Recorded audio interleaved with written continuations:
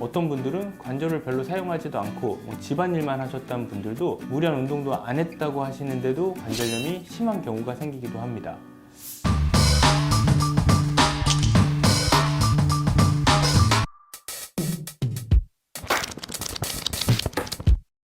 안녕하세요. 바른사양병원 관절센터 정구황 원장입니다.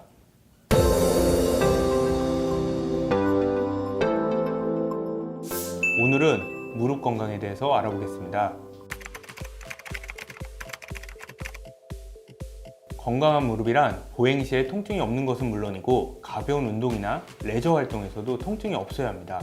간단한 일상생활은 가능하나 운동이나 등산, 여행 등은 꿈도 못 꾸고 또 동네를 산책하는 것도 부담스럽다면 건강한 무릎이라고 할 수 없겠습니다. 또한 무릎이 O자나 X자로 휘어짐이 없이 일직선으로 쭉 뻗은 무릎이 건강한 무릎이며, 무릎이 구부려지거나 펴짐에 있어서도 어떤 문제가 없이 구부리고 피는 게 완전해야지 건강한 무릎이라고 할 수 있겠습니다. 무릎이 아팠을 때는 무릎을 사용하지 않고 최소한의 보행과 최소한의 무릎 사용을 하는 것이 좋습니다. 우선은 쉬어주라는 건데요. 젊은 연령대에서의 무릎 통증은 대개 운동 중이나 보행 중에 넘어지는 등에 한번 다친 다음에 발생하는 경우가 많으며, 50대 이후에서는 관절염을 동반하면서 통증이 생기는 경우가 많습니다. 우선 정도가 심하지 않은 통증은 쉬어주면서 부기가 있다면 얼음찜질 등을 해주면 부기 감소에 도움이 될 수 있습니다. 그러면서 통증이 호전되기를 기대해 볼 수 있겠습니다.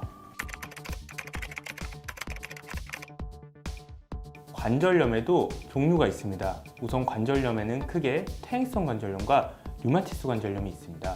퇴행성 관절염은 노화에 따라서 나타나게 되는 것으로, 노화의 정도는 사람에 따라 다르게 나타납니다. 우선 오랜 사용과 가장 관련이 깊기 때문에 관절을 많이 사용할수록, 그런 분들일수록 빨리 관절염이 심하게 오는 경우가 많습니다. 하지만 어떤 분들은 많이 사용을 해도 관절염이 오지 않고, 어떤 분들은 관절을 별로 사용하지도 않고 집안일만 하셨다는 분들도 무리한 운동도 안 했다고 하시는데도 관절염이 심한 경우가 생기기도 합니다. 그리고 류마티스 관절염은 자가 면역 질환입니다. 이건 오랜 사용에 의한 관절염이 아니고 질병으로서 전신의 여러 관절에 나타나는 경우도 많고, 유전적 성향이 강하며 관절 이외의 증상을 동반하는 경우도 많습니다. 무릎에 통증이 발생한다면 우선은 쉬게 됩니다. 사람들이 바로 병원으로 오지 않고 쉬고서 시간을 두고 휴식을 한다면 호전이 되기를 기대해 볼 수 있습니다. 하지만 관절의 통증이 무리해서 오는 경우가 많기 때문에 휴식을 취하면 호전되는 경우가 대부분입니다. 하지만 확실한 외상이 있는 경우나 관절의 부종, 즉 관절이 붓는 경우, 또는 휴식에도 통증이 호전되지 않고 점점 심해지는 경우에는 병원을 내원하여 진료를 받아보시는 것이 좋겠습니다. 무릎 건강에 안 좋은 자세는 우선 쪼그려 앉은 자세가 가장 무릎에 좋지 않습니다. 우리나라는 전통적으로 온돌, 좌식 생활을 하기 때문에 생활을 할 때나 주방에서 일을 하실 때도 쪼그리고 앉아서 일을 하시는 경우가 많은데, 무릎 관절에 많은 무리가 가고 노화를 빠르게 일어나게 합니다. 가능하면 의자에 앉아서 하는 생활에 익숙해지시는 것이 좋겠습니다. 또한 양반다리나 다리를 꼬는 자세도 좋지 않습니다.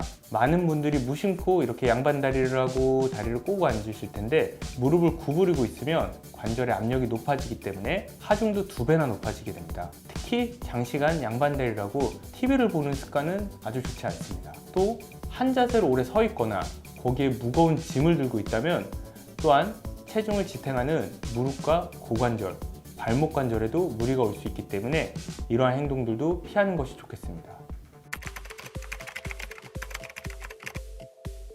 온찜질과 냉찜질에 대해서 말씀을 드리겠습니다. 지속적인 사용으로 근육과 관절에 무리가 갔다, 그렇다면 온찜질이 좋습니다. 특히 관절이 굳었을 때 온탕에 들어가서 몇 분 뒤에 관절 운동을 해보면 부드러워지는 것을 느낄 수 있습니다. 우리 온찜질을 반복해서 굳은 관절이 정상 관절 운동 범위를 회복할 수 있다면 통증 호전에 큰 도움이 될 수 있습니다. 온찜질 대신에 뜨거운 물에 들어가거나 사우나를 하는 것도 관절에 도움이 될 수 있겠습니다.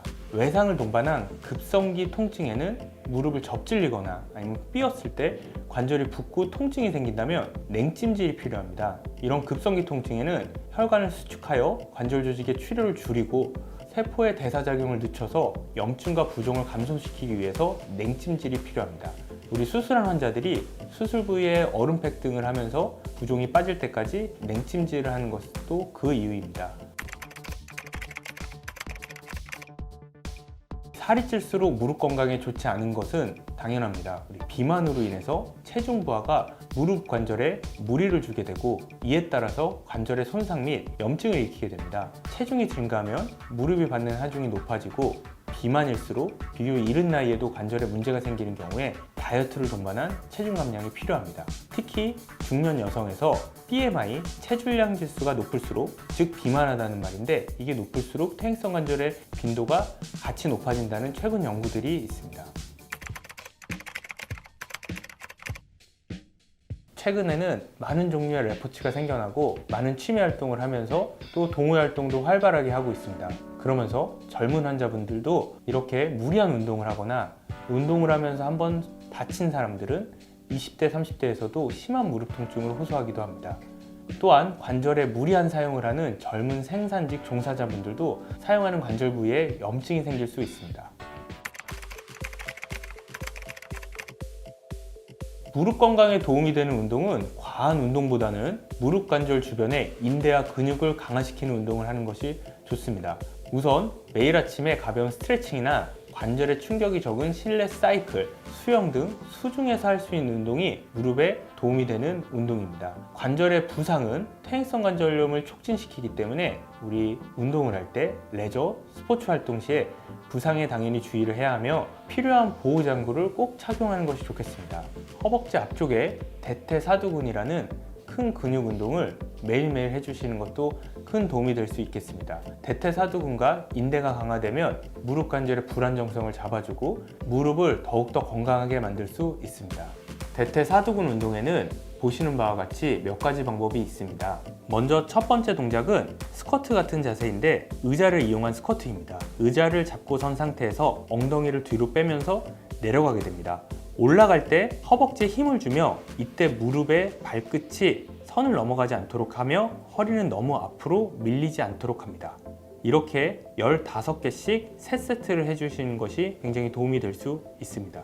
다음으로 무릎 밑에 수건을 대고 발목을 가볍게 들어 올리는 동작이 있습니다.